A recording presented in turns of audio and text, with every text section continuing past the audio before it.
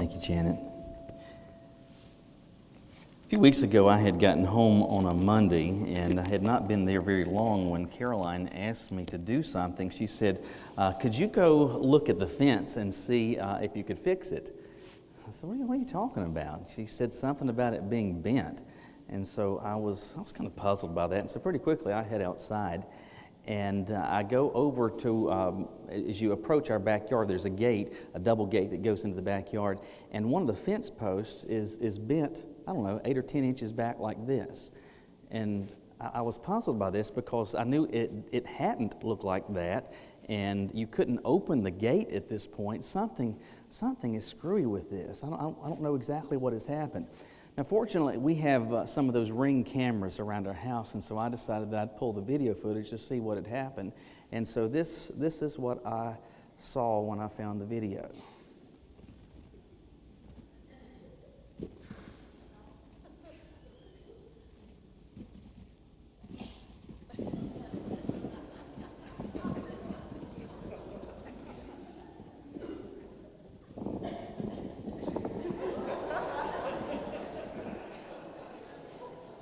So what I saw is that Nathan comes into our driveway about 45 miles an hour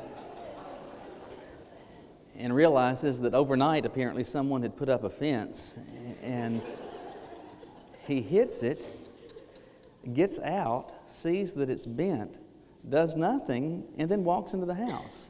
And so after I saw this, I wanted to have a conversation with Nathan.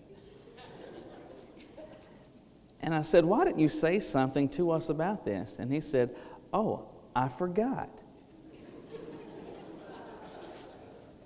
You hit the fence and then walked into the house. I mean, like, there's no chance to forget. You decided that you wouldn't say it. I said, you didn't even try to fix it. I mean, did you not think that I would? You just think I wouldn't notice that the gate won't open anymore? I mean, besides that, I knew that it wasn't bent before, and so if it's bent now, that didn't just happen. You had to know that I would figure out that something has happened. After all, things simply don't just randomly occur, do they?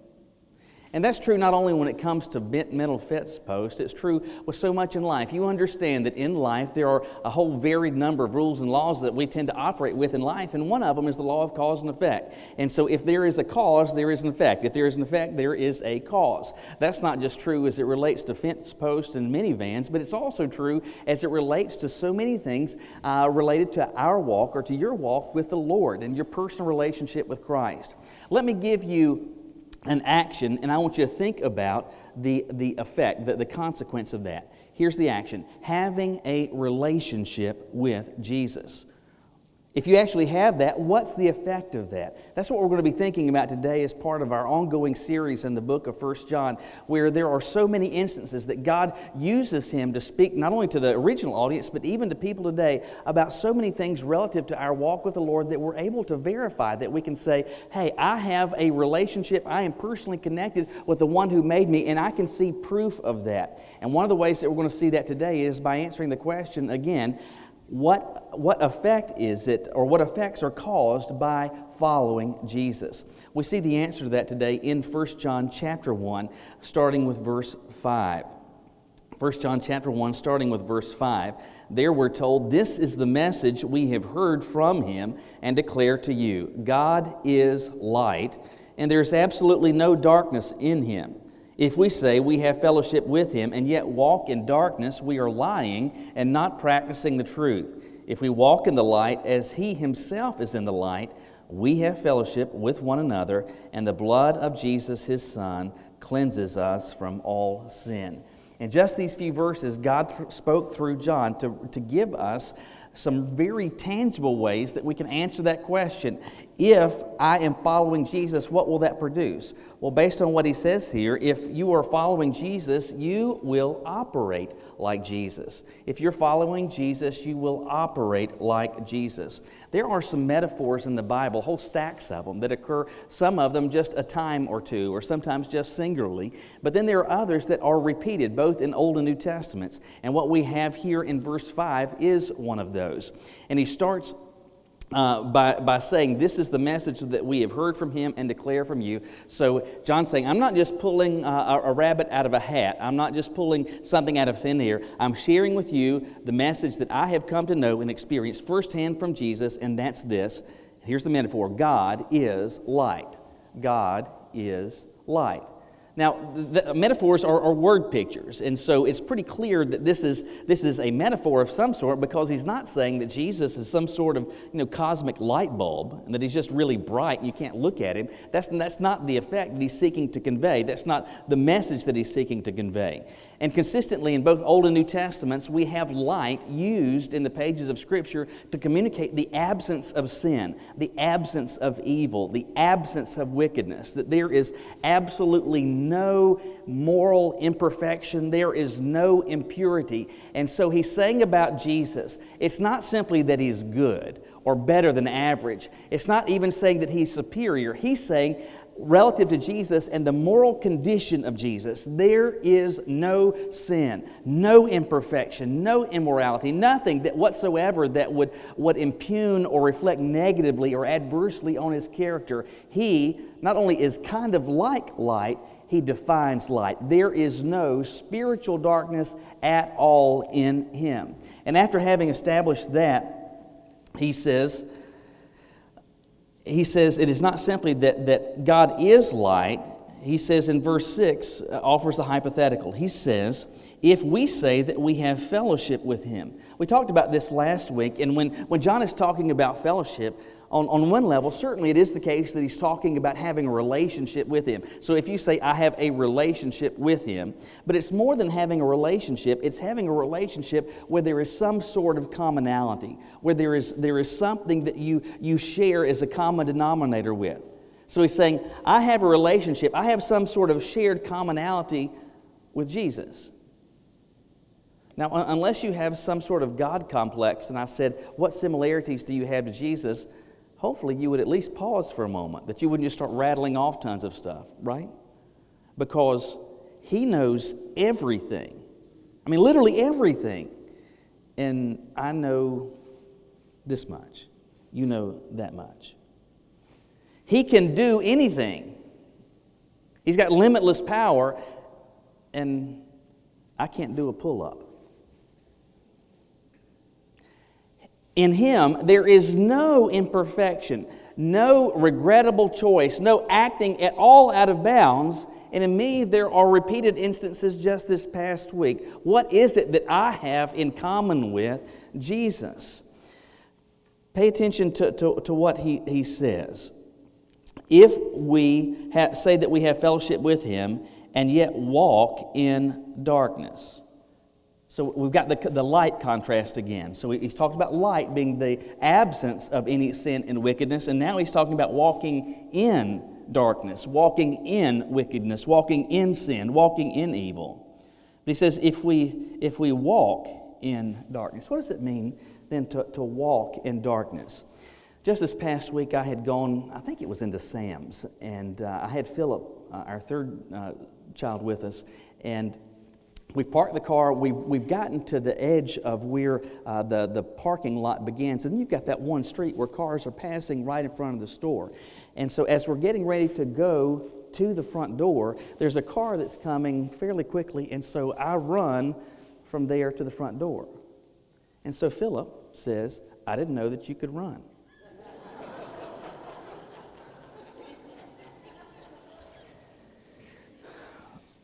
Well, I don't run. Let there be no mistake about that. I don't run. However, there are some instances where I do run. Like if a car is getting ready to hit me, I will run. If the dinner bell has sounded, I will run. Apart from that, I don't run, except there are instances when I run. You see the difference? I can run. Sometimes I do, but as a rule, I don't. That type of ongoing or lack of ongoing action is what John is describing here. When he's talking about walking in darkness or experiencing and engaging in spiritual darkness, so crossing the boundaries that God has erected, doing the things that He has said, those things are out of bounds. That's the darkness that he's referencing, but he's describing walking in it. Now, that means more than there just being singular instances of it. Like, I ran the other day, but I don't run. There are going to be instances where those that truly are in relationship with Jesus, that are absolutely, sincerely His followers, and have begun a life-changing relationship with Him, and are heaven-bound when this time on earth is over, where all of those things are true, yet there are instances, and sometimes egregious instances, where they will fail, where they will, where you will, where I will act out of bounds, where I will disobey God, where I will do what I want instead of what He has prescribed for me. There will be instances of those, but it should not be the pattern. You see the difference? The other day there was an instance where I ran, but as a rule I don't run. Here he's talking about spiritual darkness, and the followers of Jesus will be those that will have instances where they commit acts of, entertain thoughts, say things, act in ways that they should not. But they will be singular instances and will not describe an ongoing pattern. Christians sin incidentally, but they're not rolling around in it, wallowing in it. They are not operating in it. Why? Because we are followers of Jesus. And if that is the cause, it produces an effect. And the effect is that we operate like He does. And how does He operate? John just said that He is light. There is no darkness. And so the more it is that I'm seeking to follow Him, and the more seriously it is that I take that, the more and more light that's going to be found in how it is that I'm living, and the less and less darkness. The greater frequency of the light and the increased lack of frequency of the darkness. When our daughter Catherine was born, Nikki Bruce, who just passed away a few months ago, gave us as a gift a Christmas cactus. Catherine was born in January of that year, and I remember when we got this, it was just covered with all these red blooms. We still have that cactus. It's in our dining room. It sits over in a corner. It's on a little stand, and it's in a flower pot, and it's just beside a window. And not only do we water it, but there's something else that we have to do to it. We have to rotate it. We have to rotate it. Do you know why? Because what do plants do? Plants grow toward the light. Let me remind you of what Jesus said in John chapter 15. He said, I am the true vine. And then He talked about those that are in relationship with Him being those that are connected to the true vine. And what will the true vine do? It goes toward light. And those that are connected to the true vine, what do? They go toward the light. If you truly are someone who is following Jesus, you're going to operate like Him. Are you going to do so perfectly? No. Are there going to be instances, singular instances, not ongoing practices, not just forever and a day, just wallowing in sin and wickedness? There will be instances, unfortunately, of those. But the pattern is that you are increasingly, because you're following Him, you're going and you're growing towards the light. My question for you is, as you look at yourself, as you consider your life, the choices that you make, if you were a plant, which way are you going? Are you headed towards the light? And let me just say very candidly, if the answer is, I don't know. Is there anybody that doesn't know you, that pays attention to your life, that would conclude, would the majority of people conclude, hey, you're someone that's following Jesus? If the answer is no, let me just tell you that's a problem. That's a problem. If the effect is not there, if the effect is that I'm not operating like Him, and I am consistently not operating on Him, that may suggest to you the cause is not present. Maybe you're not actually, and have not actually yet begun to follow Him. The good news is you could begin today. If indeed you're one of His followers, you're going to be operating like Him. But there's another proof that He describes here, and that's this. If you are following Jesus, you will operate like His followers. If you're following Jesus, you will operate like his followers. In verse 7, he establishes another hypothetical. In this one, he says, if we walk in the light as he himself is in the light, you see that word again, we have fellowship with one another, and the blood of Jesus, his Son, cleanses us from all sin. So he says, if we are walking in the light, so that's not walking in spiritual darkness. We're talking about walking. We're talking about ongoing action. So the regular pattern and practice is that as a follower of his, I'm operating in bounds according to the standards, the guardrails that he's erected for me to operate in. As his follower, I'm doing that. As I'm connected to the true vine that's going towards the light, that's where I am. He says that there's another benefit, and that is, he says, we have fellowship with one another. Well, who's the one another? Well, he's talking about the others that are followers of Jesus. So if you are following him, you're going to be operating like him, and, oh, by the way, you're also going to be operating like the rest of those that are in relationship with him. Now, I realize this is not the thrust of what he's saying, but there are some realities that are implied, essential implications of what he says here. And one of them is this.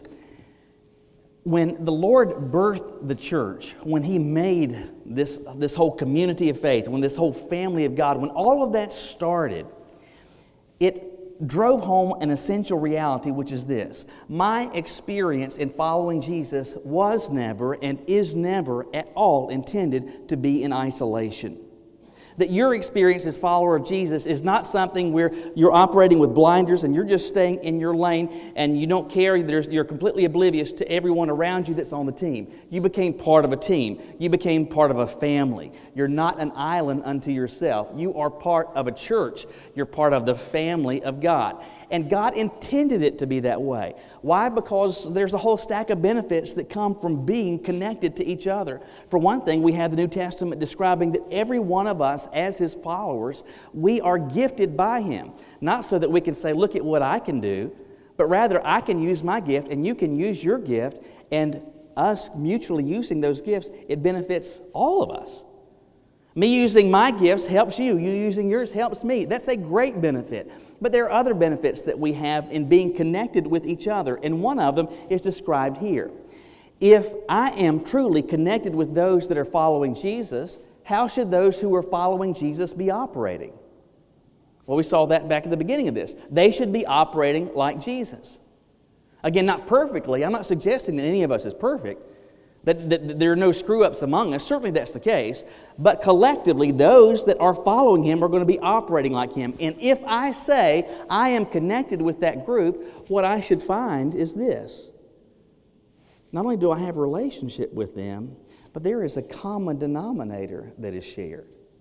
In spite of all of our differences, in spite of all of our uniquenesses, in spite of our differences in background and socioeconomic level, in spite of our differences in education level and age and weight and intelligence and all of those differences that we have, one thing that will unite us is this, that we're operating in the same fashion.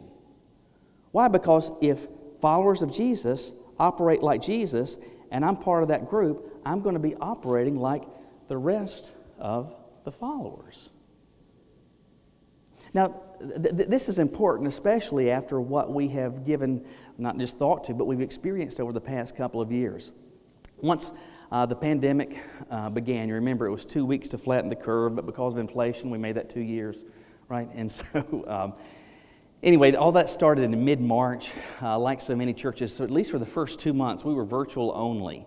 And then after that, and thankfully, with very few exceptions, we've been able to be in person since the beginning of May in 2000. That's a huge blessing. I'm so grateful for that.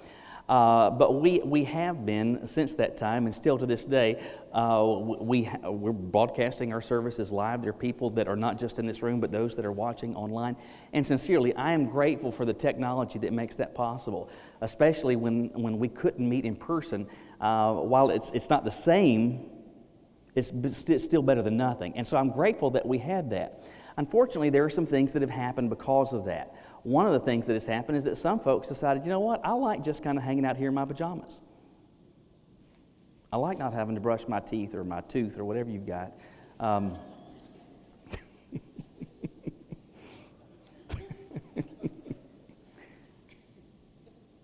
I like this.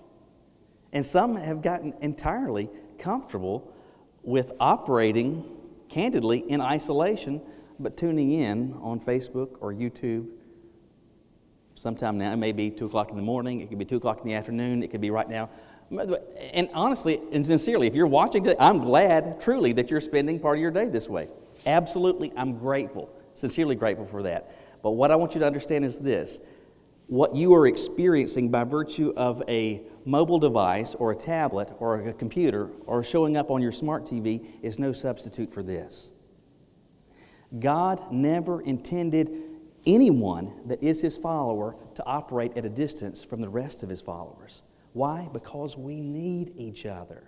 And one of the ways that we need each other, one of the ways that we benefit from each other is that we can look around and say, I see the direction that the team is going. Again, there's none that are perfect. There's none that aren't ever a screw-up. But what I should be able to see is that the team is marching where? They're marching towards the light. And one of the benefits is this: if I see that I am at odds with that, that's a strong indicator to me there is a problem. We need to press the timeout button and we need to get some stuff straight.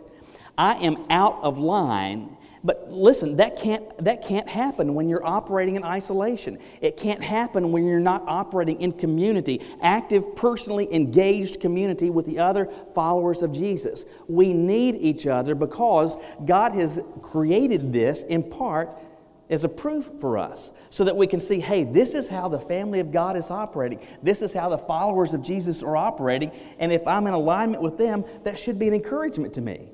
An encouragement to me that what? That I'm actually following Jesus. Not only is it that I'm operating like Him, but I can see also that I'm operating like those that are on the team. That I am headed towards the same goal. That I'm operating in the same fashion. What is it that this should look like? In Anthem, Arizona, there is a monument to veterans. And this monument, you can see the picture there. There are 5 pillars, and each of them represents a particular branch of the military. So there's Army, Navy, Marines, Air Force, and Coast Guard. So each of those pillars represents one of those branches of service. And there is a hole in each of those pillars that you can see. And this monument was designed so that on the 11th day of the 11th month, so that's November the 11th, which is what? That's Veterans Day. On the 11th day of the 11th month, at the 11th hour, at the 11th minute, if the sun is out, what you see happens.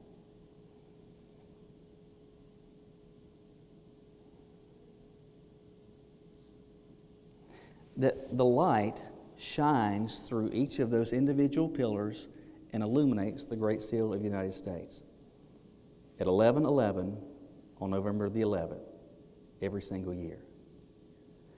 Each of those pillars different, but aligned so that the light shines through them.